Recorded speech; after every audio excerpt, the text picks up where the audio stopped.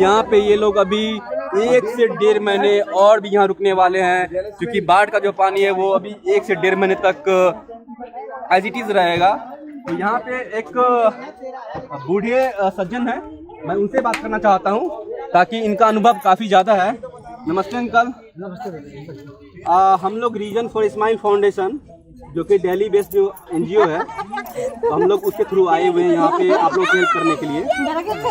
तो आप लोग यहाँ पे कितने दिन से इस कैंप में रह रहे हैं? 8 दिन हो गए। तो ये जब बाढ़ आई जिस समय, आप लोग उस समय कहाँ पे थे? झोपड़ी पे थे। मतलब जो झोपड़ी यमुना के किनारे बनी हुई है, आप लोगों ने बनाया हुआ है, आप लोग वहाँ रहते थे।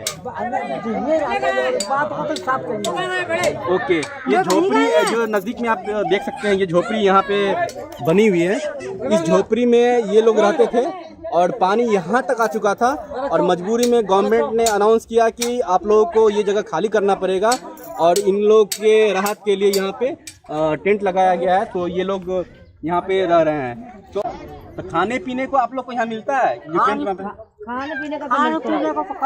खाने पीने को मिलता है, लेकिन आप लोग का कहना है कि आप लोग जिस जगह पे रह रहे थे वहाँ पे जो आप लोग का इनकम का सोर्स था, जो वो खत्म हो चुका है और वो तभी आ पाएगा जब ये बाढ़ का पानी वापस कम हो जाएगा। तो फिर आप लोग वापस अपने घर में जाके फिर वहाँ पे आप लोग खेती बाड़ी शुरू कर सकते हैं। इससे पहले भी कोई NGO या कोई संस्था आई है आप लोग को इस तरह की हेल्प करने के लिए?